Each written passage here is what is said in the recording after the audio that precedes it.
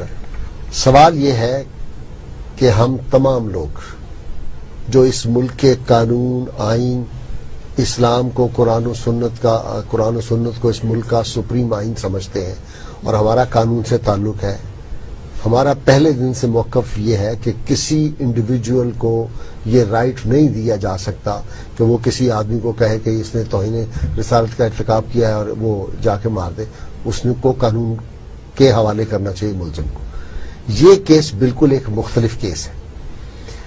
اس case میں صورتحال یہ ہے کہ ایک آدمی توہین رسالت کرتا ہے، لوگ اس کے خلاف درخواست دیتے ہیں، حتیٰ کہ ایک ریٹ بھی داخل ہوتی ہے کہ جی اس کے خلاف مقدمہ درج کیا جائے۔ یہ کہاں ریٹ کہاں فائل ہوئی؟ یہ پنڈی میں داخل ہوئی تھی ایک ریٹ اور وہ ڈسمس ہوئی تھی۔ آن ریکارڈ ہے؟ آن ریکارڈ ہے۔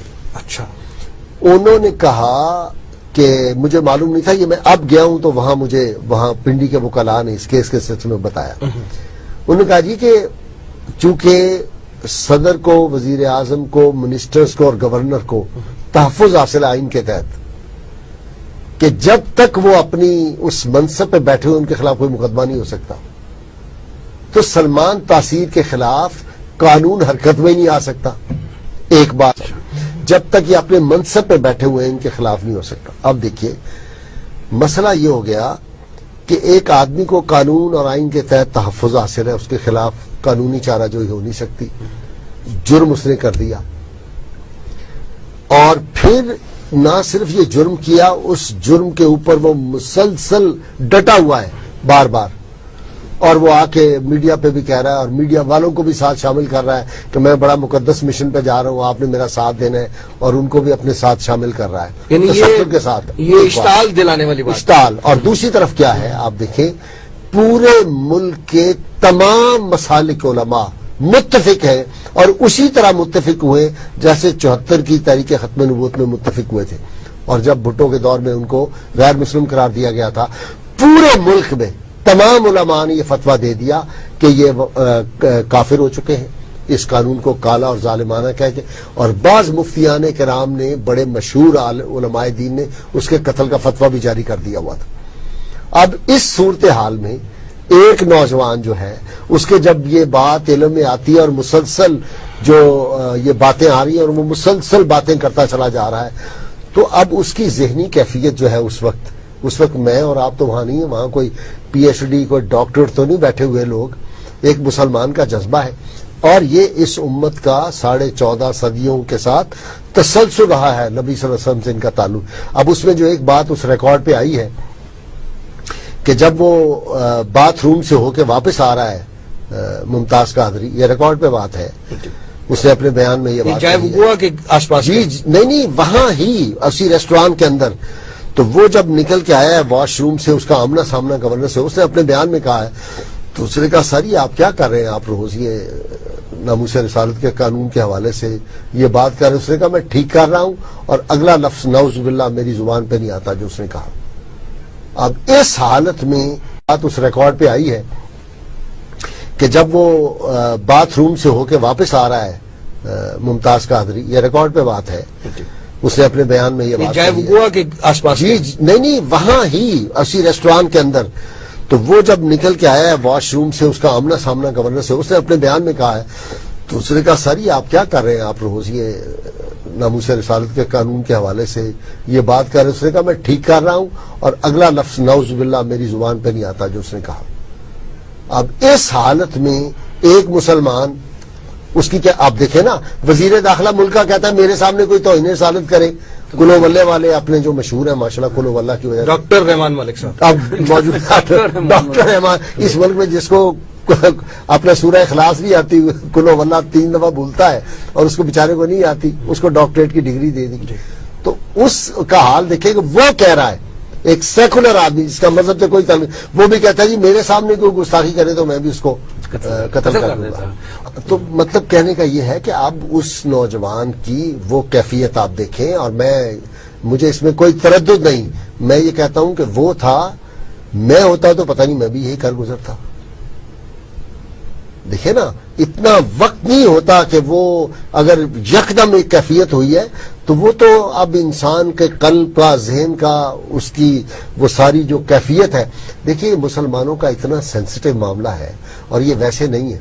دیکھیے ہمارے قانون میں کیا ہے، ایک آدمی جاتا ہے، وہ دیکھتا ہے کہ اس کی بیوی کوئی آدمی غیر حالت میں اس کی بیوی کے ساتھ ہے، اس نے دیکھ لیا تو کیا ہوتا ہے، وہ فوری قتل کر دیتا ہے.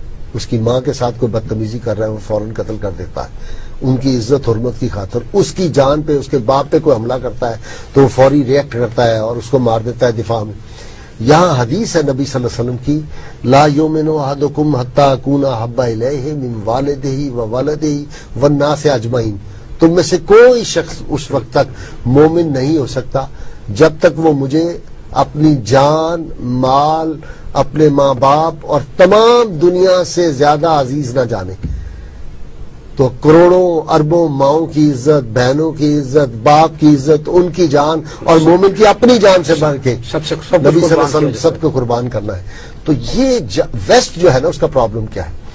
ویسٹ ہمارا تعلق ہمارے پیغمبر صلی اللہ علیہ وسلم سے، اس کی گہرائی اور گہرائی وہ سمجھتا ہی نہیں. جتنے فوری اشتعال کے مقدمے ہوتے ہیں ان میں کبھی سزائے موت نہیں ہوئی. اسی لیے نہیں ہوتی کہ آدمی اپنے جذبات پہ اس وقت اس کا کنٹرول نہیں رہتا. تو آپ مجھے بتائیں، ایک آدمی اپنی ماں بہن کی عزت کے لیے تو اس کے کنٹرول نہیں رہتا اس کا، تو جب پیغمبر صلی اللہ علیہ وسلم کی بات ہوگی تو پھر کیا ہوگا؟ یعنی اس پہ اگر آپ وہ سزا اس کی کنڈون کر سکتے ہیں تو اس پہ کیوں دے رہے ہیں؟ ایگزیکٹلی کر سکتے ہیں، سب بے بس بیٹھے ہوئے ہیں. تو جس ملک میں آلریڈی یہ صورتحال ہو، وہاں پہ گورنر جس کے پاس قانون کا خزانہ ہو، اور یہی نہیں ہے، اس کا جب یہ آن جہانی کا قتل ہوا ہے تو اس کے بعد اس کی بیٹی کا اور بیٹے کے آپ نے دیکھا جو انٹرویو آئے ہیں، انہوں نے کہا جی ہمارے والد صاحب کا اگلا سٹیپ یہ تھا کہ یہ جو قادیانیوں کو غیر مسلم اقلیت قرار دیا گیا تھا آئین پاکستان میں، اس میں بھی وہ تبدیلی چاہتے تھے. اور جب فیوچر پلانز میں یہ فیوچر پلان میں شامل تھا. اور میں اب جب یورپ کے دورے پہ گیا ہوا تھا تو وہاں مجھے انہوں نے بتایا کہ اس کی بیٹی وہاں پہ گئی تھی اور وہاں ایک تقریب ہوئی، اور اس تقریب میں جو لوگ، ایک نوجوان وہاں مجھے ملا جو انجینئر تھا، شامل ہوا، اس نے سنا ہے وہ کیس. تو وہ کہتے ہیں کہ وہاں قادیانیوں کی یعنی 95% لوگ وہاں قادیانی بیٹھے ہوئے تھے. انہوں نے وہ تقریب ساری اس کی بیٹی کے لیے ارینج کی تھی. تو اس سارے معاملے کو جو اتنا ہائپ کریٹ کی جا رہی ہے، اس کے پیچھے ایک قادیانی ہاتھ ہے اور کسی اور کو اس بات کا خطرہ نہیں. مجھے بتائیے، میں نے پہلے بھی کئی مرتبہ یہ کہا ہے، میڈیا پہ بھی، بعض فنکشنز میں بھی، جس آدمی نے نبی صلی اللہ علیہ وسلم کی توہین نہیں کرنی اس کو کیا خطرہ ہے اس قانون سے؟ ایک بات. نمبر 2، آپ دیکھیے، یہ پاکستان کی بات نہیں ہے. سلمان رشدی نے نبی صلی اللہ علیہ وسلم کی شان میں توہین کی، تسلیمہ نسرین نے کی. اس وقت سے جب تک انہوں نے، اور یہ جو پیچھے کارٹونوں پہ جو کچھ ہوا ہے اس امت پہ، تو یہ مسلسل وہ اشتعال ہے جو اشتعال مسلسل بڑھتا چلا جاتا ہے وقت کے ساتھ ساتھ. عدالت نے یہ بھی غلط کہہ دیا، انہوں نے کہا، عدالت نے اپنے فیصلے میں لکھا ہے اس کے ممتاز قادری کے کیس میں کہ جی نبی صلی اللہ علیہ وسلم کے گستاخ کی سزا یقیناً موت ہے، لیکن اس کیس میں اشتعال جو تھا، اگر گورنر نے کچھ کیا بھی تھا تو اس نے تو نومبر میں کیا تھا اور 4 جنوری کو اس کا قتل ہوا ہے، تو اشتعال فوری نہیں تھا. یہ اشتعال جو ہے یہ پرسسٹنٹ ہے، یہ تو بڑھتا چلا جاتا ہے وقت کے ساتھ ساتھ. اور یہ فوری جو ہے، مطلب کل جو تھا اشتعال آج اس سے زیادہ ہے، آنے والے دن کو اس سے بھی زیادہ ہوگا. اتنی دیر ہوگی سلمان رشدی نے یہ بکواس کی تھی، آج تک وہ بڑھ رہی ہے اس کی نوعیت. اس وقت سے جب تک انہوں نے، اور یہ جو پیچھے کارٹونوں پہ جو کچھ ہوا ہے اس امت پہ، تو یہ مسلسل وہ اشتعال ہے جو اشتعال مسلسل بڑھتا چلا جاتا ہے وقت کے ساتھ ساتھ. عدالت نے یہ بھی غلط کہہ دیا، انہوں نے کہا، عدالت نے اپنے فیصلے میں لکھا ہے اس کے ممتاز قادری کے کیس میں کہ جی نبی صلی اللہ علیہ وسلم کے گستاخ کی سزا یقیناً موت ہے، لیکن اس کیس میں اشتعال جو تھا، اگر گورنر نے کچھ کیا بھی تھا تو اس نے تو نومبر میں کیا تھا اور 4 جنوری کو اس کا قتل ہوا ہے، تو اشتعال فوری نہیں تھا. یہ اشتعال جو ہے یہ پرسسٹنٹ ہے، یہ تو بڑھتا چلا جاتا ہے وقت کے ساتھ ساتھ. اور یہ فوری جو ہے، مطلب کل جو تھا اشتعال آج اس سے زیادہ ہے، آنے والے دن کو اس سے بھی زیادہ ہوگا. اتنی دیر ہوگی سلمان رشدی نے یہ بکواس کی تھی، آج تک وہ بڑھ رہی ہے اس کی نوعیت. بالفرض ہم کہتے ہیں جی فوری نہیں، کنورسیشن ہوئی. یعنی اس نے کہا اپنے بیان میں، ممتاز قادری نے اپنے بیان میں کہا کہ میری سارے وہ الفاظ دہرائے اور اس کا کچھ حصہ ایسا گستاخانہ الفاظ پہ ہے جو میں اپنی زبان پہ نہیں لا سکتا. وہ لیکن عدالت کے ریکارڈ میں ہے. ہاں یقیناً حافظ شیراز نے کہا تھا 1000 بار بشویم دہن ببش کو غلاب ہنوز نامے تو گفتند کمال بے ادبیست، کہ 1000 بار آپ کا نام نامی لینے سے پہلے میں اپنی جو لب ہے اور زبان ہے اس کو دھو لوں عطر و گلاب سے، پھر بھی میں سمجھتا ہوں کہ ادب کے تقاضے پورے نہیں ہو سکتے. تو اس ہستی کے معاملات شان میں گستاخی کی اور جائے. بیگ صاحب نے بڑی، یعنی میں سمجھتا ہوں کہ بڑے منجے ہوئے کسی قانون دان کی بات انہوں نے کمال کی کر دی ہے کہ وہ جب سامنے آیا ہے تو وہ اب ساری بیک گراؤنڈ آپ ذہن میں رکھیں تو وہ اشتعال فوری بن گیا ہے، سڈن ہے وہ فوری. یعنی بندہ سامنے آپ دیکھیں نا، ہمارا قانون کہتا ہے بے شمار اس کے نظائر موجود ہیں. ایک آدمی کا باپ قتل ہوا 10 سال پہلے، یا وہ ابھی بچہ تھا، اب وہ جب اس کے والد کا، وہ جوان ہو گیا اور اس کے والد کا قاتل اس کو کبھی نظر نہیں آیا، وہ 20 برس کے بعد نظر آیا تو وہ یکدم آ گیا. اس سارا جذبات، ساری بات اس کے ذہن میں ایک فلم کی طرح دوڑ جاتی ہے. ایگزیکٹلی. اللہ تعالیٰ کے بھروسے پہ اور نبی صلی اللہ علیہ وسلم کے تصدق کی بات درج کر رہا ہوں. قانون سے ہم ثابت کریں گے، اس ملک کے قانون سے بھی ثابت کریں گے، اس ملک کے قانون سے. جسٹس صاحب کیا گراؤنڈ آف اپیل ہیں آپ کے پاس اس حوالے سے؟ دیکھیں جی، پہلی تو یہی ہے کہ یہ دہشت گردی کے زمرے میں نہیں آتا. نمبر 2، جس عدالت نے اس کا ٹرائل کیا ہے اس کو یہ اس کی جورسڈکشن ہی نہیں تھی، یہ ٹرائل دہشت گردی کی عدالت میں نہیں ہو سکتا تھا.